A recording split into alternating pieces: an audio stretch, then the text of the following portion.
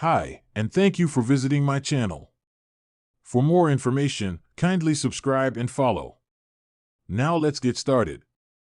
Paul Heyman has managed many wrestlers throughout his WWE career. Some are still in the Stamford-based promotion, while others have disappeared from the wrestling scene. Among them was Ryback, who briefly worked with Paul Heyman in 2013. He recently revealed that WWE approached him about returning. On his way out in 2016, the big guy burned down all bridges with the sports entertainment juggernaut. During his time away, he fought legal battles with WWE over his intellectual property rights. A few days ago, Ryback took to his X, formerly Twitter, handle to reveal that WWE reached out to him twice, once under Vince McMahon's regime and again when Triple H took over the creative reins. The former Intercontinental Champion claimed that the management wasn't interested in discussing his past both times, which is why the two parties couldn't reach an agreement. WWE has reached out twice to already repair the relationship, once when Vince McMahon was still there, which should tell you guys all you need to know about all the BS and the lies that have been created about me, and two, once Hunter taking over, sick on that, but they are unwilling to discuss the past, which is very important to me. So that's on them. I'm happy. I've got a successful business, social media, investments. Life is good for the big guy, Ryback said. The 43-year-old wrestled also opened up about the offer he received from AEW while Cody Rhodes was still there. AEW reached out, and Cody Rhodes was there in 2019, I believe early 2019 if I'm not mistaken on that. So, unfortunately, I couldn't do it. So that's it. That's the situation, he added. Former WWE superstar Ryback addresses his in-ring future. Ryback hasn't laced up his wrestling boots since 2018 due to injuries. The former Nexus member recently provided an update on his in-ring future. He revealed that he had accepted that his days as an active performer were over. However, he isn't completely ruling out his return since he has been training to get back in shape. Could I go back for one? Realistically, probably yes, but it might come with serious consequences, it might not. I need to get myself to a higher level because I don't want to just do one, and I don't know. I have accepted that it's over. All of you should accept that it's over with this, but I don't give up. I'm still training. I'm doing everything to keep myself, that possibility open if a miracle does occur, which could still happen on this. Ryback has been vocal about wanting a match against Goldberg. However, it looks like the ship has already sailed on this potential showdown. The man is preparing to return to WWE for his retirement match this year. For years, the WWE Universe was captivated by a select group of superstars who not only dominated in the ring but were also backed by one of the most iconic managers in wrestling history, Paul Heyman. Known for his cunning tactics and masterful manipulation, Heyman represented some of the most formidable talents in the company. Among those names, one stands out, the former Paul Heyman guy, a wrestler whose potential was undeniable, but whose loyalty and self-respect ultimately guided his path away from the spotlight he once shared with the legendary manager.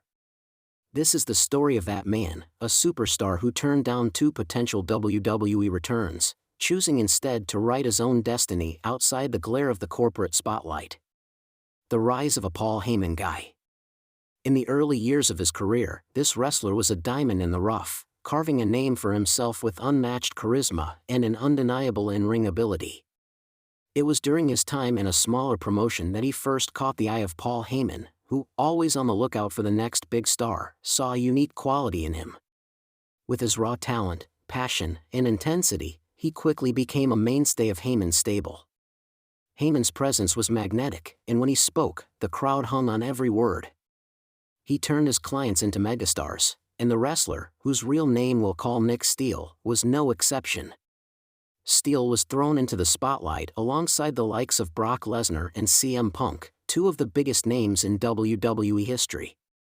Under Heyman's guidance, Steele became one of the most talked about talents in the company. But fame comes with a price. The demands of being a Paul Heyman guy weren't always easy. Heyman's success, while undeniable, also came with a level of stress and pressure. Steele found himself not just under the weight of expectations but struggling with the politics of the business. His character was often put into situations that, while financially rewarding, made him question his place in the larger narrative. He began to feel like he was a cog in a machine, not a person with his own future. After a successful run in WWE, Steele's frustrations mounted, and he made the bold decision to step away from the company. While it wasn't a formal retirement, he made it clear he was no longer willing to be just another Paul Heyman guy. His decision to leave was seen as both a shock to the wrestling world and a statement about his unwillingness to be controlled by the whims of the business. The first WWE return offer.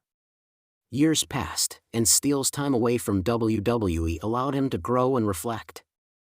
He had become a more mature and self-assured individual, establishing himself in different promotions and carving a niche for himself as a champion in both the ring and in the hearts of fans. But as time moved on, the call to return to WWE was inevitable.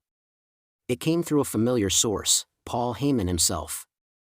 Heyman, always a strategic mastermind, reached out to Steele, making it clear that there was an opportunity to return.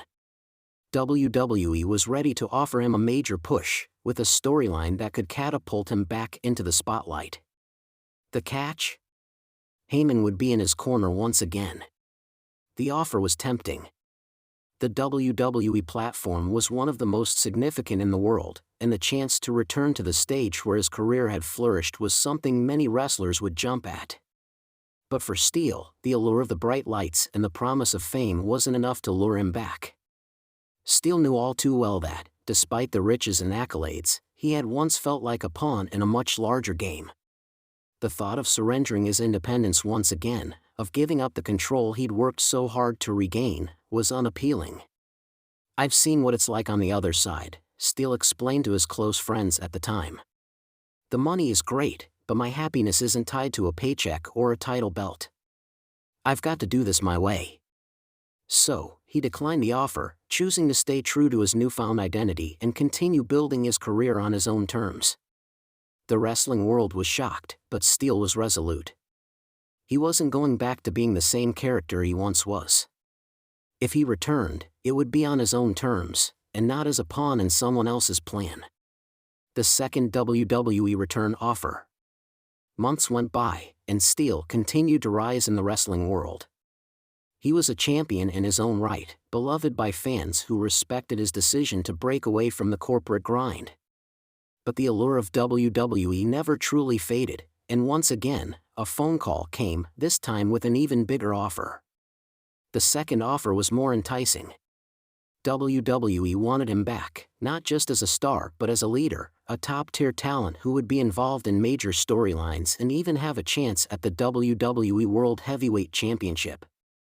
They weren't just offering him a return as a sidekick or a Heyman guy, this was the chance to be the centerpiece of the show. But once again, the price was too high. Steele wasn't the same man who had walked away from WWE years ago. He had found his place in the world, building his own brand and wrestling for promotions that respected his independence. The idea of stepping back into a role where his every move was dictated by the needs of a corporation and a manager, no matter how big the paycheck or the championship, just didn't sit right with him. "I've made peace with my place in the business," Steele said in a rare interview after turning down the second offer. "The return to WWE sounds great on paper, but I've learned something valuable over the years.